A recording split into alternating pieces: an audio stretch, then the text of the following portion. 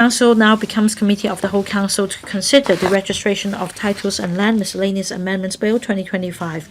Members may refer to the appendix to the script for the debate and voting arrangements for the bill.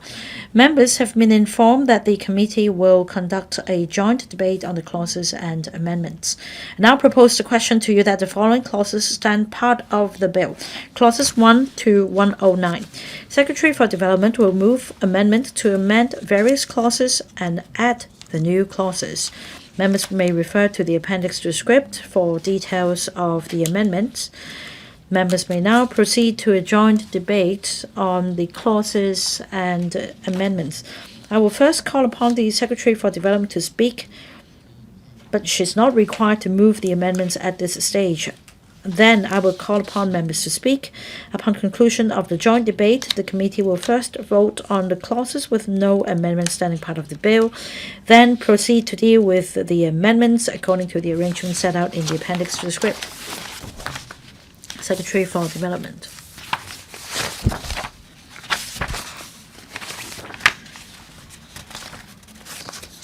President, I now move amendments to amend the registration of titles and land miscellaneous amendments Bill 2025, namely clauses 3, 23, 31, 43, 62, 63, 65, 66, 68, 73, 74, 76, 76, 77, 79, 81, 83, 86, 87, 96, 97, 101, 103, 107, and the newly added clauses 75A, 102A, 107A, and 107B. The content of these amendments have been circulated to members by the Secretariat. These amendments have been proposed after considering the views expressed by the Bills Committee as well as various stakeholders. Now, these amendments can be broadly categorized into 6 areas. I will explain them one by one. The first area is to exclude eligible new land from the title registration system. Upon commencement of the amended land titles ordinance, newly granted land by the government will be registered, while existing land will continue to be governed by the land registration ordinance. The title registration system under the amended LTO is different from the deeds registration system under the LRO, and the legal principles of the two systems are not compatible. So clause 13 of the bill proposes restricting the registration of dispositions of property straddling new and existing land to avoid complex legal issues, so as to maintain certainty and clarity of property interests. During the scrutiny of the bill, the Bills Committee considered the above restriction, which would affect the developers' interest in undertaking comprehensive developments of adjoining existing land. To preserve flexibility and to avoid unduly hindering urban renewal projects, we propose to amend Clause 3 and 23 of the bill to provide an exclusion mechanism. This will allow the land registrar to approve the exemption of new land from the application of the title registration system, subject to certain conditions. For example, the land is granted by way of in situ land exchange upon surrendering of the existing land to the government, or the land adjoins another piece of land and the buildings constructed on the land are not new territories exempted houses. The second area involves protection of the innocent buyer's interest. The bill stipulates that where a bona fide purchaser for valuable consideration acquires property from a person who acts in the capacity of a trustee, the disposition should not be set aside because the trustee has breached the fiduciary duties. The Bills Committee consider that if the purchaser is aware of the breach of trust, the purchaser should not be regarded as a bona fide purchaser. We accept this view and we propose to amend clauses 62, 63, and 66 such that in addition to being a bona fide purchaser for valuable consideration, the purchaser must not have knowledge of the breach of trust of the trustee for the disposition to be effective. Under the title registration system, the title register is conclusive evidence, and that is the principle that the title register shall prevail. Therefore, a purchaser should not be required to investigate matters outside the title register when dealing with a trustee, and will not be deemed to have notice or knowledge of a breach of trust by the trustee because no such inquiry was made. This is also clearly stipulated in the proposed amendments. The next point relates to the district court's jurisdiction. Under the current LTO, the proceedings may only be heard by the Court of First Instance of the High Court. To expedite the processing of cases and reduce legal costs, we have accepted the judiciary's views. We propose to amend clauses 3, 87, and 101 to confer jurisdiction to the district court under the amended LTO, and this will apply to cases with rateable value not exceeding $600,000. Consequential amendments will also be made to Cap 336, the District Court Ordinance. The remaining complex cases will continue to be handled by the Court of First Instance. The fourth area clarifies the decisions to be made by, or what decisions made by the registrar are subject to appeal. The LTO allows persons affected by the decision of the registrar to lodge an appeal with the court. The provisions do not restrict the types of decisions that may be appealed against. And in light of the judiciary's views, we propose to amend clauses 86 and 97, and we'll also add clause 102A so as to limit the scope of appealable decisions of the to those involving interest in land or substantive rights. For example, decisions such as the approval or refusal to register a caution or restriction or refusal to extend the deadline. As for the new Schedule 5, these we set out in the new Schedule 5. As for administrative decisions, they are not subject to appeal. We don't think the court should deal with these appeals, but the applicant will still be may still apply for judicial review. The schedule may be amended by a notice published in the Gazette by the Secretary. The fifth area is optimization of the registration procedures.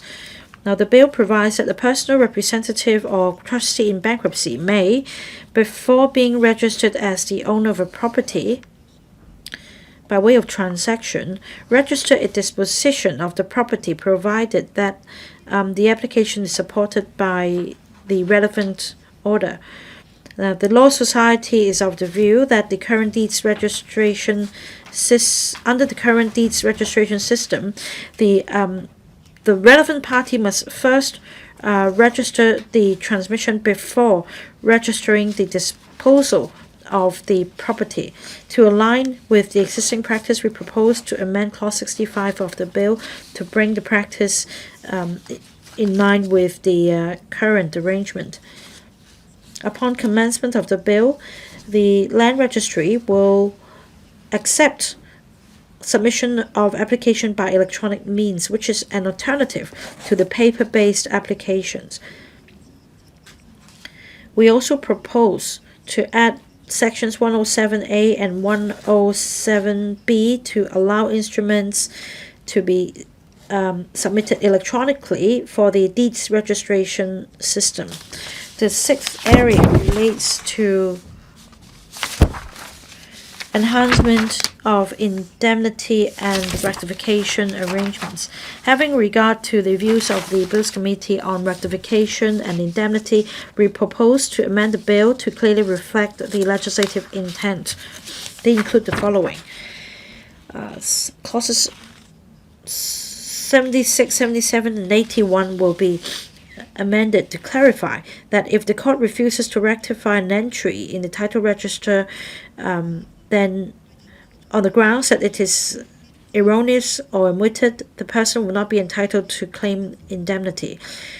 To safeguard the government's right of recovery for indemnity paid, Clause 83 will be amended, where the claimant enters into agreement with a third party and also applies to the government for indemnity. The settlement agreement will not affect the government's right to recover the indemnity paid.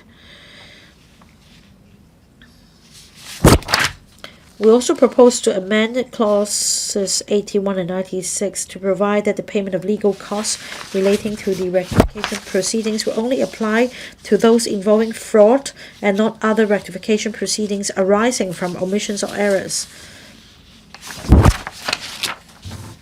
We also move some amendments covering various technical and textual amendments discussed by the Bills Committee, including the time limit for an application to the court for rectification and how it should be calculated.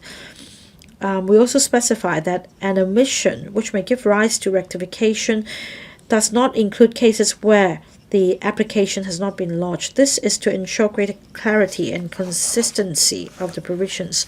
The Bills Committee has no objection to the various amendments. I urge members to support and pass them. Thank you. Does any member wish to speak? If not, we'll now vote on clauses with no amendment standing part of the bill. I now put the question to you that the clauses with no amendment as set out in the appendix to the script stand part of the bill. Will those in favor please raise your hands? Those against, please raise your hands. I think the question is agreed by a majority of members who are present. I declare the motion passed. The committee now deals with the clauses with amendments. Secretary for Development, you may move your amendments. Chairman, I move the amendments set out in the appendix to the script. I propose the question to you that the Secretary's amendments be passed. Will those in favor please raise your hands? Those against, please raise your hands. I think the question is agreed by a majority of the members present. I declare the amendments passed. Clauses 3, 23, 31, 43, 62, 63, 65, 66, 68, 73, 74, 76, 77, 79, 81, 83, 86, 87, 96, 97, 101, 103, and 107 as amended. I now put the question to you that the clauses as amended, just read out by the clerk, stand part of the bill. Will those in favor please raise your hands? Those against, please raise your hands. I declare the motion.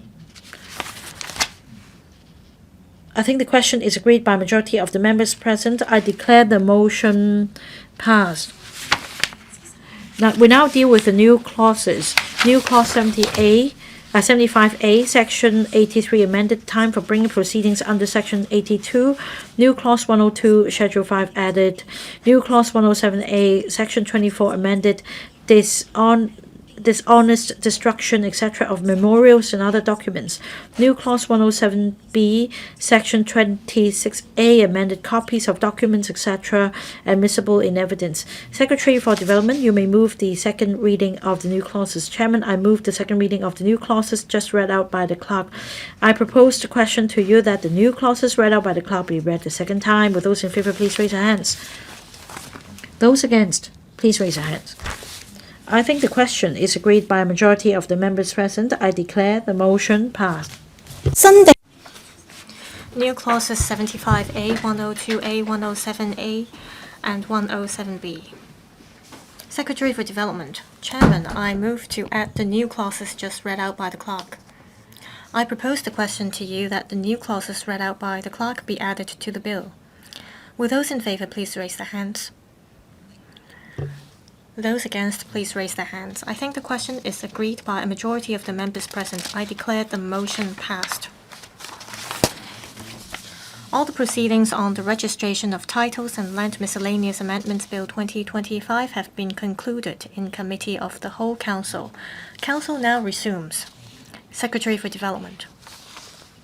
President, I now report to the Council that the registration of titles and land miscellaneous amendments Bill 2025 has been passed by Committee of the Whole Council with amendments. I move the motion that this Council adopts this report. I now propose the question to you that the Secretary's motion be passed. Will those in favor please raise their hands? Those against, please raise their hands. I think the question is agreed by a majority of the members present. I declare the motion passed. Third reading.